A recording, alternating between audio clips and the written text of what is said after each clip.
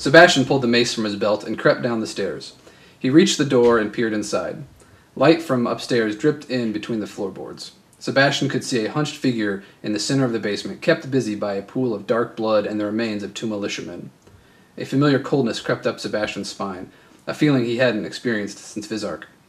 He was frozen there for a moment, watching the dark figure devour Kevin and Bailey, unsure if what he saw was real. He wanted to rush forward and bury his mace into the back of the figure's skull. Instead, he watched, waiting. Suddenly, a loud crack brought Sebastian out of his trance. The floorboards gave way, and Raken fell down from the floor above, smashing to the ground at Sebastian's feet. The gory sound ceased, and the hunched man rose and turned. Sebastian could see the faint light in the man's eye and was badly scarred. But something else had claimed his life. Yet something even worse had brought it back to him. His burned face was familiar to Sebastian, but he did not have time to dwell on it.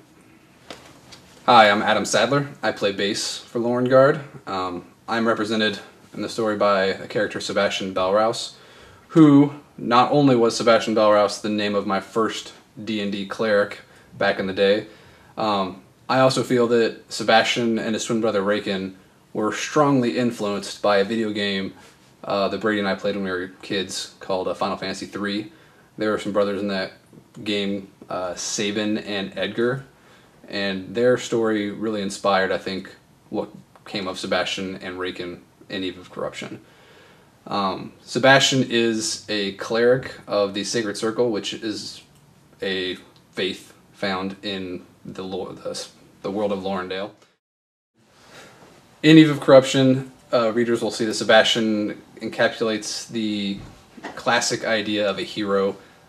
He's honorable, but he's also a little bit self-righteous, in a good way, I would think. But I think Brady knows my taste in characters and stories, and that's kind of what he shaped Sebastian to be. Raken and Sebastian were raised in a church when they were young, and Raken ran off to do his own thing, and Sebastian stayed and did his duty.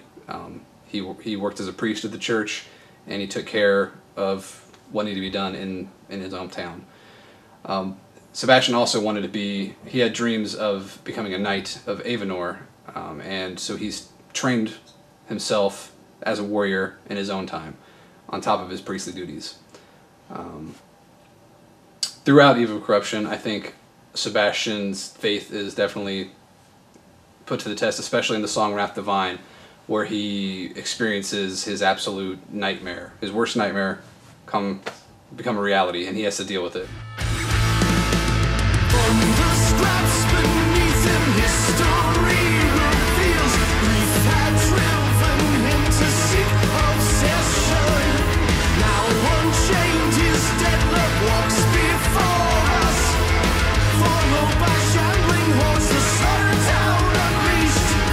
My pressure over the sky, beware my fury shall summon the night.